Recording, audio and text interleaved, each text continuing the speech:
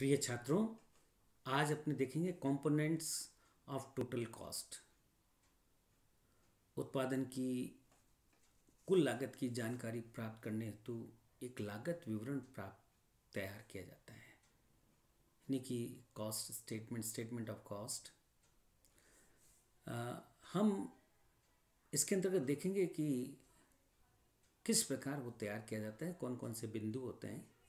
सबसे पहली बात आती है इसमें प्राइम कॉस्ट, मूल लागत। मूल लागत को प्रत्यक्ष लागत अथवा फर्स्ट कॉस्ट या फ्लैट कॉस्ट भी कहते हैं। मूल लागत को ज्ञात करने का उद्देश्य वस्तु की कुल लागत को प्रत्यक्ष एवं अप्रत्यक्ष लागतों में बांटना है। समस्त प्रत्यक्ष व्ययों के योग को मूल लागत कहते हैं, अर्थात प्रत्यक्ष सामग्री, प्रत्यक्ष श्रम तथा अन्य प्रत्यक्ष व्ययों को जोड़कर जो लागत आती है उसे मूल लागत कहलाती है। Total of the direct material, direct wages and direct expenses will be called prime cost. Prime cost means direct material plus direct wages plus direct expenses.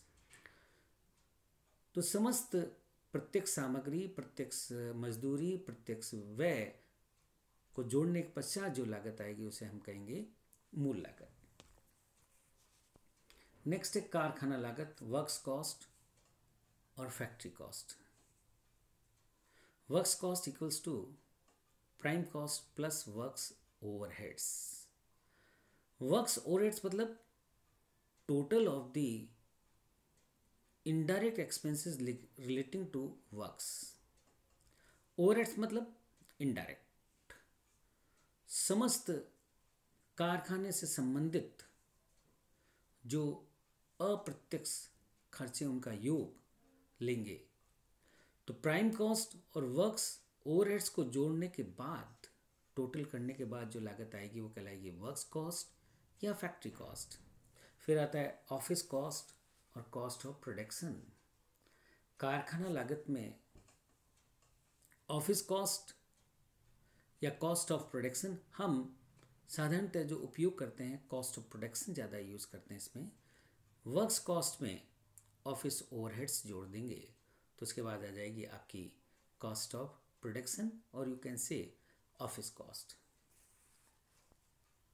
Next total cost. Office cost या cost of production में आप selling and distribution expenses या selling and distribution overheads जोड़ देंगे तो आ जाएगी आपकी टोटल कॉस्ट।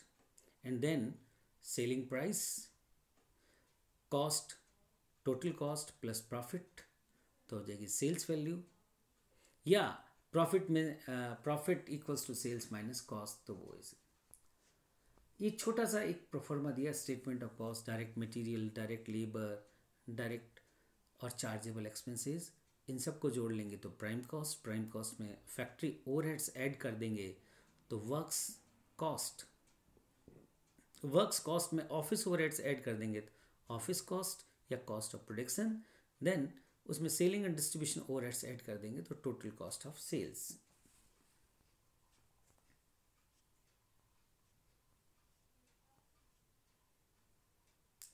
अब बात आती है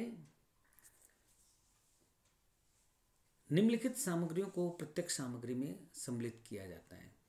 expenses which are directly related with production, that is called direct material. अब वो सामग्री कौन सी? वह सामग्री जो उत्पादन में प्रत्यक्ष रूप से प्रयोग की जाती है, जैसे फर्नीचर बनाने में लकड़ी, पुस्तक मुद्रण में कागज। वह सामग्री जो किसी विशिष्ट कार्य या आदेश के लिए ही क्रय की हो, जैसे किसी ठेका कार्य के लिए क्रय की गई ईंटें तथा सीमेंट। एक विधि या प्रक्रिया का तैयार माल जो दूसरी विधि के लिए कच्चे माल का प्रयोग करे। एक कपड़ा मिल में कतई विधि का तैयार माल बुनाई विधि के लिए प्रत्यक्ष सामग्री का कार्य है। वह सामग्री जो स्टोर से किसी कार्य को पूरा करने के लिए गई हो। विशेष सामग्री के लागत मूल्य में सामग्री के क्रय मूल्य के अतिरिक्त सामग्री को भंडार गृह तक पहुंचाने के संपूर्ण व्यय शामिल किए जाते हैं। अप्रत्यक्ष सामग्री, जो सामग्री किसी वस्तु के उत्पादन में अप्रत्यक्ष रूप से सहायक होती है, उसे अप्रत्यक्ष।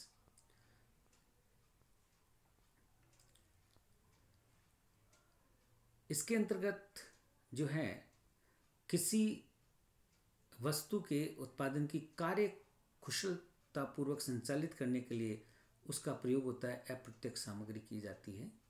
जैसे मशीनों को कार्यरत रखने के लिए आवश्यक तेल या मशीनों की सफाई के लिए प्रयोग किए जाने वाला कपड़ा। इसके अतिरिक्त कुछ सामग्री ऐसी भी होती है जो उत्पादित वस्तु का अंग तो होती है, परंतु वह मात्रा में मूल्य में इतनी कम होती है कि प्रति इकाई लागत मूल्य ज्ञात करना बड़ा कठिन होता है। जैसे रेडीमेड वस्त्र के व्यवसाय में किसी कपड़े की सिलाई में प्रयोग होने वाले धागा या पुस्तक की बाइंडिंग में प्रयोग होने वाला धागा इत्यादि। अप्रत्यक्ष सामग्री की वह लागत है जिसे एक विशिष्ट लागत केंद्र या लागत वस्तु पर प्रत्यक्ष रूप से आवंटित नहीं किया जा सकता। फिर आता है लेबर, मजदूरी। लागत का दूसरा प्रमुख तत्व है श्रम अथवा मजदूरी। उत्पादन कार्य में संलग्न श्रमिकों को जो मजदूरी दी जाती है उसे संबंधित वस्तु को लागत में श्रम लागत में सम्मिलित किया जाता है। श्रम या मजदूरी से संस्था को कर्मचारियों को दिए गए पारिश्रमिक लागत से है। सामग्री की भांति मजदूरी भी प्रत्यक्ष एवं अप्रत्यक्ष दो प्रकार की होती है, direct wages and indirect wages. Direct wages किसी वस्तु के निर्माण एवं रूप परिवर्तन पर प्रत्यक्ष रूप से किए गए मजदूरी व्यय को प्रत्यक्ष मजदूरी के नाम से जाना जाता है। साधारणतः हम कह सकते हैं किसी कार्य विशेष, उत्पादन या प्रक्रिया विशेष के साथ संबंध किया जा सकता है, इसलिए से प्रत्यक्ष श्रम कहते हैं। जैसे फर्नीचर बनाने के लिए बढ़ई को दी गई मजदूरी, कारखानों में मशीनों पर कार्य करने वाले श्रमिकों को दी गई मजदूरी, फैक्ट्री वेजेस अथवा परिचालन मजदूरी अथवा उत्पादक मजदूरी प्रोडक्टिव वेजेस या फैक्ट्री वेजेस ऑपरेटिव वेजेस भी कहते हैं।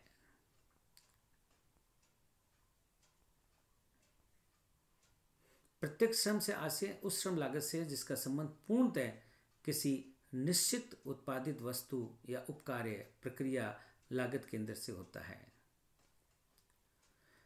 अप्रत्यक्ष मजदूरी, इनडायरेक्ट वेजेस, ऐसे श्रमिक जो उत्पादन कार्य में तो प्रत्यक्ष रूप से भाग नहीं लेते परंतु उत्पादन क्रिया के संचालन में सहयोग, उत्पादन क्रिया पर निरीक्षण अथवा उत्पादन क्रिया में प्रयुक्त मशीनों के अनुरक्षण का कार्य किया जाता है, उन्हें दी जाने वाली मजदूरी अप्रत्यक्ष मजदूरी कहते हैं। जैसे फोरमैन या कार्य निरीक्षक का श्रम, मशीनों की मरम्मत करने वाले कर्मचारी का श्रम, कारखाने के चौकीदार को दिया गया वेतन इत्यादि अप्रत्यक्ष मजदूरी के अंतर्गत सम्मिलित किया जाता है।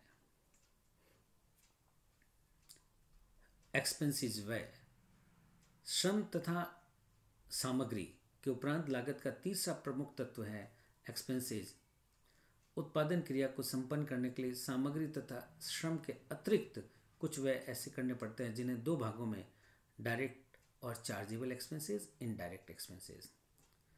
ऐसे व्यय जो किसी वस्तु के निर्माण अथवा एक विशेष कार्य से संबंधित होते हैं उनको हम प्रत्यक्ष व्यय कहते हैं, यानी कि डायरेक्ट चार्जेस, चार्जेबल एक्सपेंसेस। उन्हें उत्पादित वस्तु की प्रत्येक इकाई पर डाल दिया जाता है। ऐसे किसी वस्तु की मूल लागत का एक भाग होते हैं। सामान्यतः निम्नलिखित व्ययों को प्रत्यक्ष रूप में सम्मिलित किया जाता है, जैसे रॉयल्टी, कैरेज इनवर्ड, ऑक्ट्रॉय।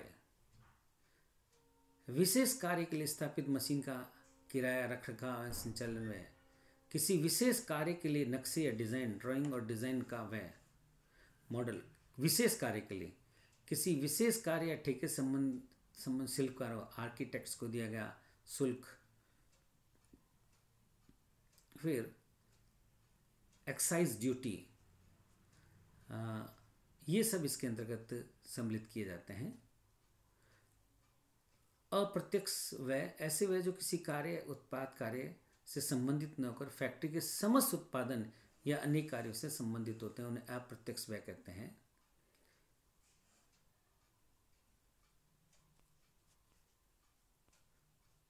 अब बात आती है ओवरहेड्स, ऊपरी व्यय। अप्रत्यक्ष सामग्री, अप्रत्यक्ष श्रम तथा अप्रत्यक्ष व्ययों के योग को ऊपर व्यय कहते हैं।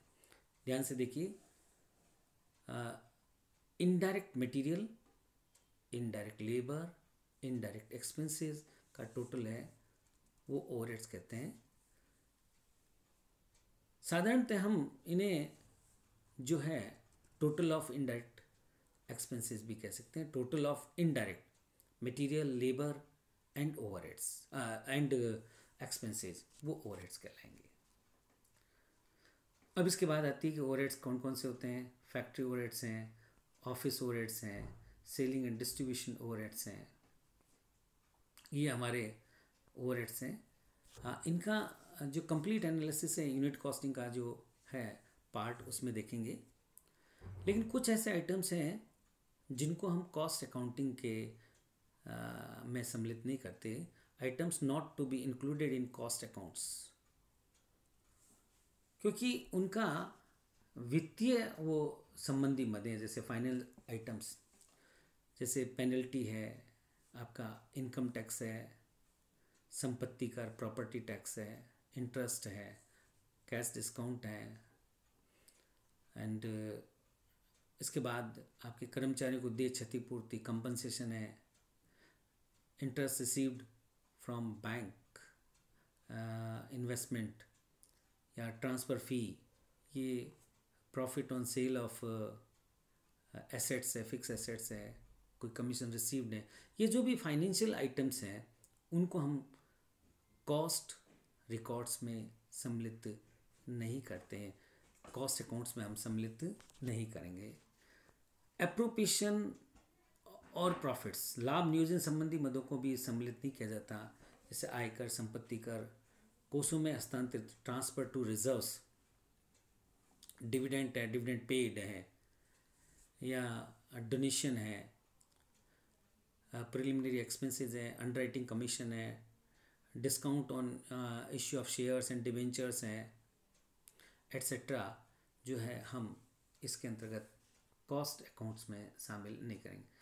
एबनॉर्मल आइटम्स, इसमें असाधारण हानियाँ जैसे सामग्री या अन्य व्यावसायिक संपत्ति की आग, चोरी, बाढ़, भूकंप, उपद्रव या अन्य प्राकृतिक घटनाओं से होने वाली हानियों को भी हम इसमें असाधारण हानि को सम्मिलित नहीं करते। हम ये डोनेशन है और ये जो फाइनेंशियल आइटम्स हैं, एप्रोप्रिएशंस के हैं, एबनॉर्मल आइटम्स हैं, ये फाइनेंशियल रिकॉर्ड्स में हम सम्मिलित करते हैं, कॉस्ट अकाउंट्स में हम इनको शामिल नहीं करते। Thank you.